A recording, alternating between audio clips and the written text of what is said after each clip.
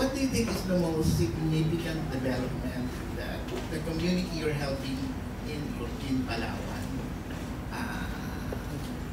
Yeah, the most significant development Between 2014 and today. Yeah, one of the most significant is the water resources.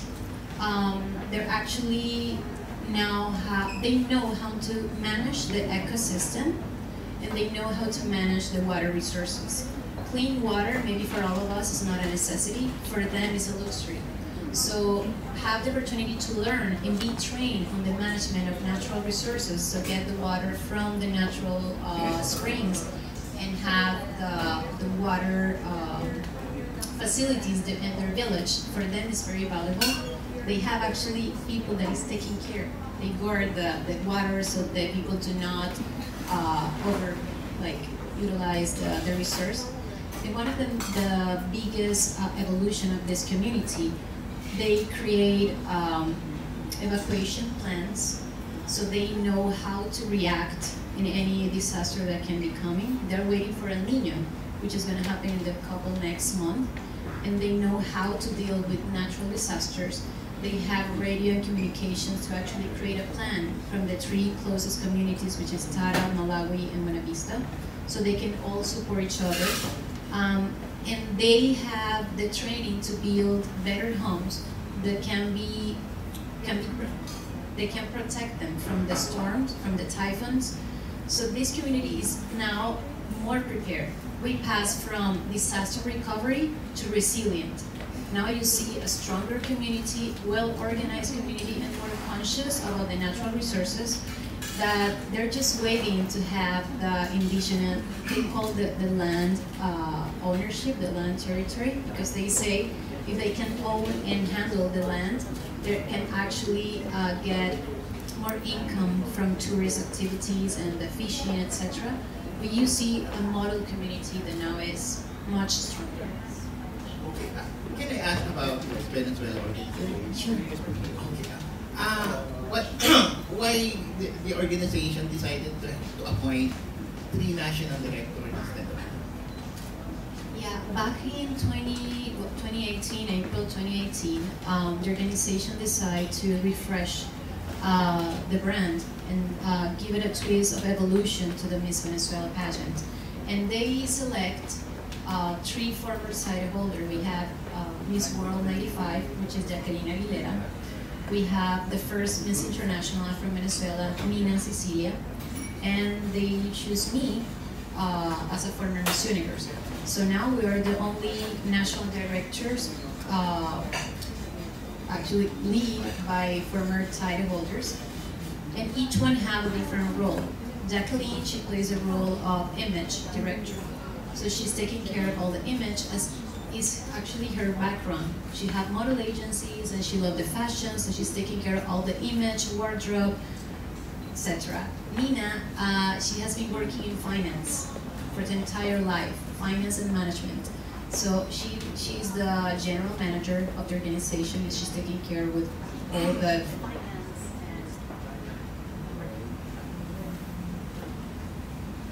yes. So she's taking care of all the budgets, finances, hiring people, and creating all the coordination and operation activities of La Quinta, as we call it, the house in Venezuela, Miss Venezuela. And in my case, they choose me as a public relations and training director. So the organization is looking forward to stand up and align ourselves to the international standards, to refresh the image of Venezuelan world girls in those pageants, and actually to give them the opportunity to work very close with former title holders that have the experience. And maybe we don't have the experience to train and make beautiful queens, but we have all our heart and all commitment to make it happen. And looking forward for a year ahead of new challenges. We need to pick a new queen for Miss Universe this year. So looking forward to put all our efforts there and receive advice, because now you guys are having many queens. So you can give some advice to how you guys make it right now. Thank you, and good luck to your modeling career. Adam? Hi, good afternoon, Ms. Gabriela. I'm Adam Hinato from Sash Factor. We're all excited that we're seeing you again here in Manila. In my book, you really are one of the most successful Miss Universe title holders in recent history. Thank you very much. I see that you are very passionate about your Core Day Foundation. My first question is: do you think advocacies like yours, or whatever girl stands for nowadays, do you think those are crucial things in winning pageants like Miss World or Miss Universe nowadays? I think every woman that competes for any of the Grand Slam pageant, they have a story to embrace. They have a story to tell. It's not just to create an advocacy, it's just to own it. They have to be authentic in your heart to work with the most vulnerable populations and the most needed. In my case, that's because I mentioned why Philippines was so important to me. I came on March and I was not sure how. I was like leading my reign to acting, hosting, singing, modeling. I was very confused about, I was not expecting to actually win the title. And it was a very crucial moment for me in my life because I was struggling between, what should I do? So when I came here to the Philippines, I discovered myself ungrateful for everything that I had in that moment. And I saw all the joy, all the hope, all the passion of this community, and I say, hey Gabby, you need to wake up.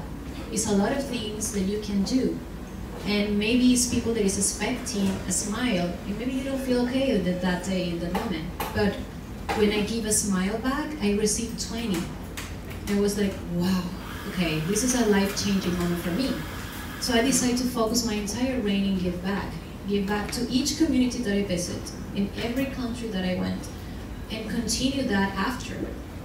I create my fund in Venezuela called the Isler Initiative, and I have a fund where I fundraise the money in the US, a 501c3, and I partner with different organizations. So the year after Miss Universe, I continue working as a spokesperson for charities and NGOs, and now I'm one of the global ambassadors for one of the largest immigrants, refugees, and displaced people around the world.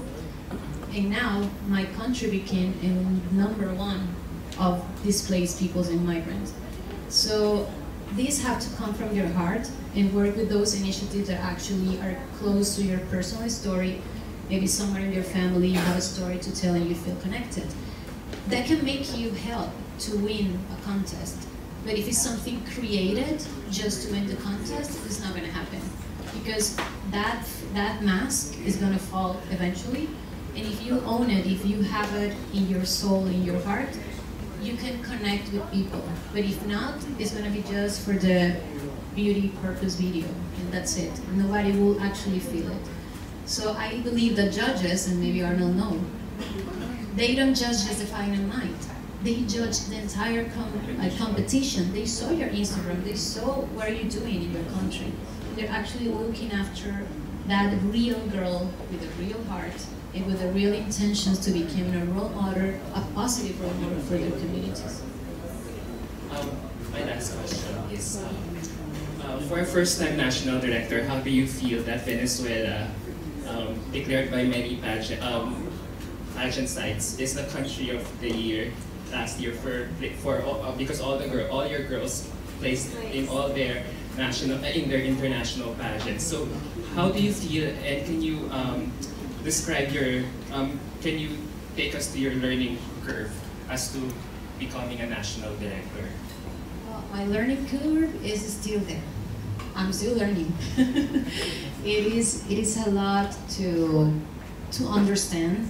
I was a part of the pageantry for a couple years, and when I came back, I was like, wow, this is people think that it's kind of like a Cinderella world. It is not. Competition behind is tough.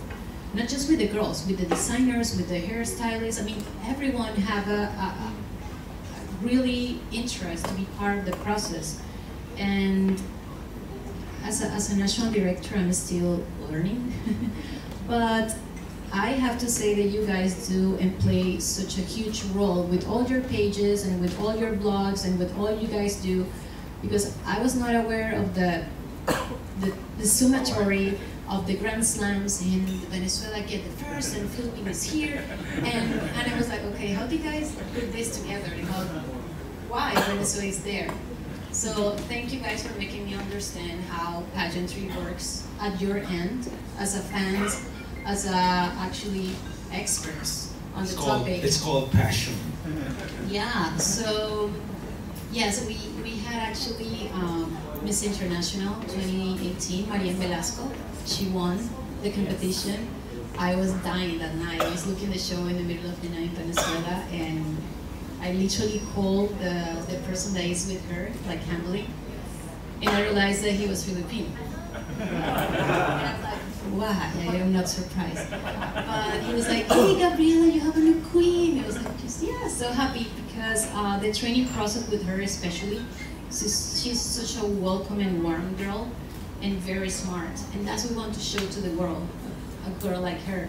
And yes, we place in a couple, we place in Miss Universe, we place in Miss World, we place in Miss Earth. Even though we do not handle all those franchises, we have to recognize the good and the hard work that other organizations are doing. Because Miss Earth, Miss Supra, and Grant are handling by different owners, yes. Thank you very much.